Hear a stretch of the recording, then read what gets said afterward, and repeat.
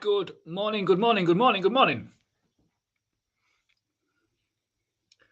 I'll give it a couple of seconds, let people get on. Just let me know in the comments or give me a like. Let me know you can hear me. I'm broadcasting through a different platform today. It'd be good to know if you can hear us in the chat, in the comments. That would be great. And let us know also, thank you. Let us know also where you're watching from in the chat. That would be great as well.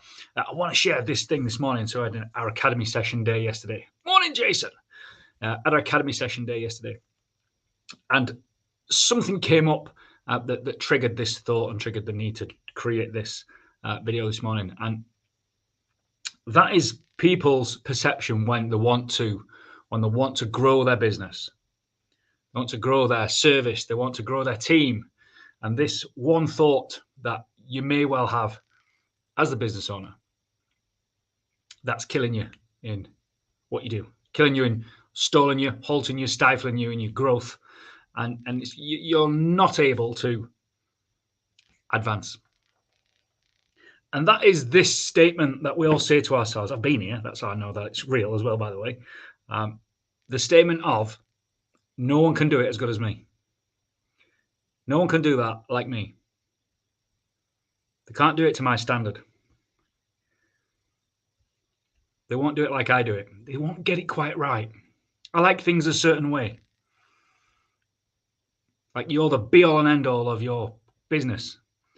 And I'm here to tell you that that's fucking bollocks. And you might already know that, and that's great. But if you're having those thoughts and those things go off in your head when it comes to making you hire, when it comes to bringing in subbies, when it comes to even doing your VAT return or doing your accounts, running wages, all of that shit that you're still doing yourself is absolutely choking you and stopping you from moving forward. Like there's shit you've got to let go. There's shit the thing that you do, like you should be looking to replace you. Assuming you want to grow your business, that is.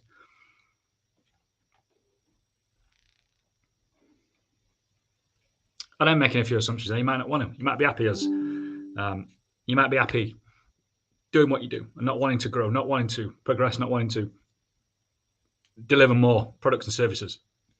But if you do, you've got to drop this thought. You've got to drop this thought of no one can do it like I do it. I hear it all the time. I used to say it to myself. I remember hiring my first brickie.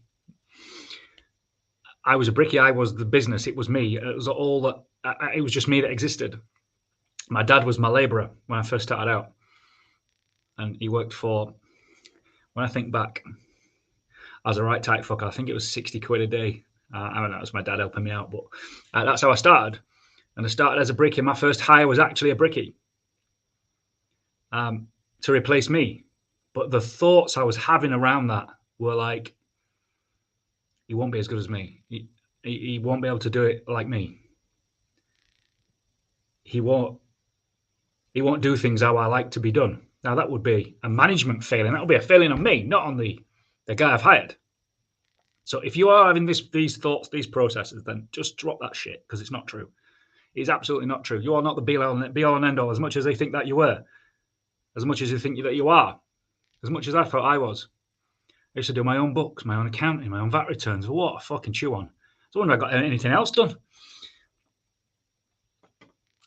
So, yes.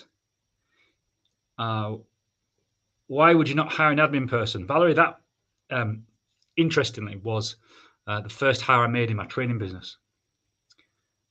Was, I say an admin person, it was a personal assistant, so same sort of role.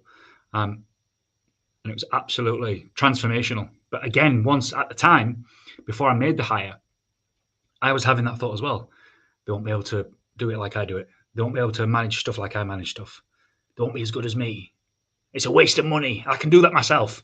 That's another one. I can just do it myself. It don't take long. Like all of that shit. It's all stories that we tell ourselves to keep us exactly where we are. And that's what will happen. Like you cannot do everything. Well, you can, but you won't grow. And you'll be a busy idiot all the time. No time off. And your business can't function if you're doing everything. Any other? I'd love to know your thoughts on this, by the way. What thoughts that you have when it comes to Your hires. I got lucky, by the way. That's a topic for another live when I made my first hire in my training business. That is a great story, which I'll share one morning. I got lucky. Didn't even have a fucking job description. And when she turned up for the interview, she'll see this back actually. As soon as she walked through the door, we was like, yeah, you're hired. Just because we knew we needed someone. We didn't even know what we wanted her to do. And she ended up writing her own job description. That's another story. So yeah, just drop this thought. Is my message to you this morning. If you want to grow your business, then everybody, you need to bring in people to support you. Valerie, delegation is one of the hardest things to do. It is, yeah, absolutely. No, I'm going to actually disagree with that. And not to say, I just want to shift that word delegation. Delegation is a hard thing to do when you can't let go. I don't think it's difficult to say, can you do that? I think it's difficult for you to not do that. I hope that makes sense. That's probably the same thing. Never mind. I take that back. Yeah, you're right. Mark says, do you think that from being let down in the past or a lazy labourer? No, because here's my belief. There are no staff failings. There are no lazy failings. There are not. That doesn't exist, in my opinion. That's a management failing. You're making the wrong hires. And that would rewind back into a different process, a different topic. I don't think that exists, personally.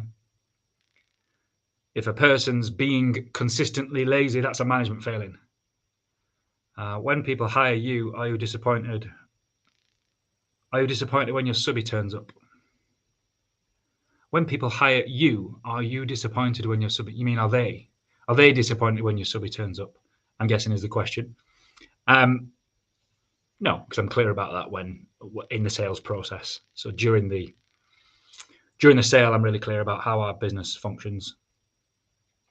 However, that said, in my training company, when people buy a training service, they get me.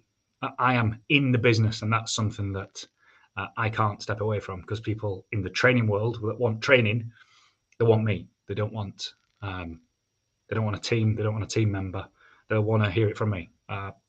Maybe that's something that I need to work on. Maybe that's something that I need to change. I don't know. Looking at a virtual assistant. I've not had any experience of that, John, to be honest. I've heard from others that have had great success. I've heard from others that have nightmare as well. So I guess that's one for, no matter who it is, the support, I guess the point, whether it's virtual or in person or part-time, full-time, consultant or staff, subby or staff, whatever that might be, it's still letting go of the thought of, I need to do it all. It needs to all be me. Like, you can't see staff or hires as a cost. Your staff and hires are investments. Investment to get you your time back so that you can do what you do best. Like, I was the worst bookkeeper in the world. My accountant, if she watches this, used to, at the end of the month, get a big fat envelope literally stuffed with receipts, just like rammed in and sent in the post. And that was me. Like, I was terrible at it, but thought I was good at it at the time until the consultant hire was made. I manage my business from a point of view I had and still have. I've learned to ask questions and then give answers. It's a journey to the correct end of a project. So I survey and make that process seamless so I can pass to my 3 fitters. Yeah, it's a great share, mate. Ricky says, how do you transition to actually paying someone to do things like admin? Did this start full-time from the get-go, thinking of getting a PA, but not sure I can justify paying a wage? Yeah, I think I just touched on that. Maybe you typed that whilst I was still talking. No, I went for it. I went balls in. Balls in, made the hire full-time. Let's go. And as I touched on earlier, I got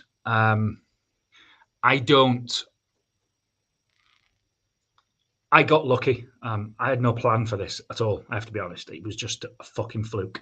I put a job up, and the job that I put up, in fact, I'll just go into it now. I wanted someone to manage my social media. So it was the job role, I called it marketing executive, or words are marketing assistant, something like that. And I didn't even have a job description. And interviewee came, we hired in 5 minutes. Like 5 minutes talking till we hired her. We didn't know what we wanted her to do. We just knew that I was too busy. That's all that we knew. And she took that pain away, which is great. She took the pain of me being busy away. Well, I'm still busy, but not doing stuff that someone else can do better. Because my belief at the time was, no one can manage social media like me. I'm the best at it. That was the thought process. But we went all in. But again, something you just said there, I can't justify paying a wage. Like the wage that you're paying should be measured in a relative way that you can make that back by you getting your time back to be able to do